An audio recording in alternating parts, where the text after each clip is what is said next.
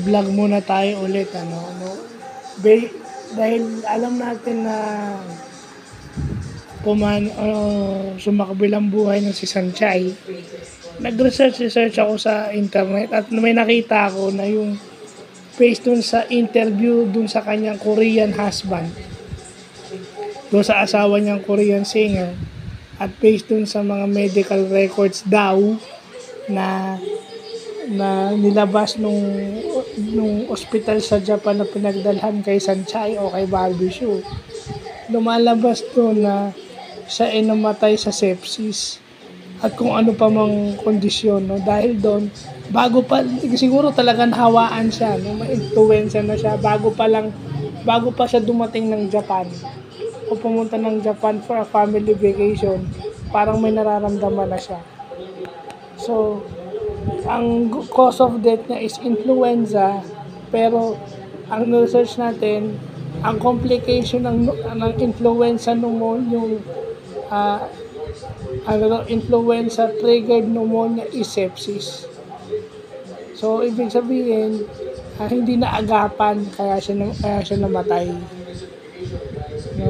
So yun yung magandang nalalaman natin, dahil yung ating merong famous na celebrity na minahal natin lahat na pumanaw dahil dun sa mga ganon.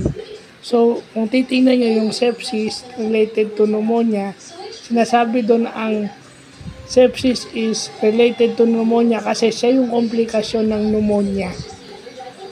So, napaka-importante ng flu vaccine sa atin. Napaka-importante yan. May bakuna na yung flu, dapat nagpapabakuna na tayo para maiwasan. Kasi pag nagkaroon ka ng influenza, magkaroon ng komplikasyon, magkakasepsis ka, yung sepsis ang life-threatening. Although, pag naagapan naman yung influenza, pwede ka na nga rin mamatay pero pag nagkakomplikasyon further, sepsis na yun, mas mahirap. Nasa shock daw yung buong katawan at saka nagkakaroon ka ng multiple organ failure. Ibig sabihin, yung kidneys mo, yung heart mo, at isa pang cause ng sepsis is yung kidney problem. So, yun yung importanteng nalalaman natin. Ngayon, dahil nga namatay na itong si Sanchay, buti nang napag-aralan natin yung isa sa posibleng cause ng pagkamatay niya. So, again, buti na pag-aaralan natin yan.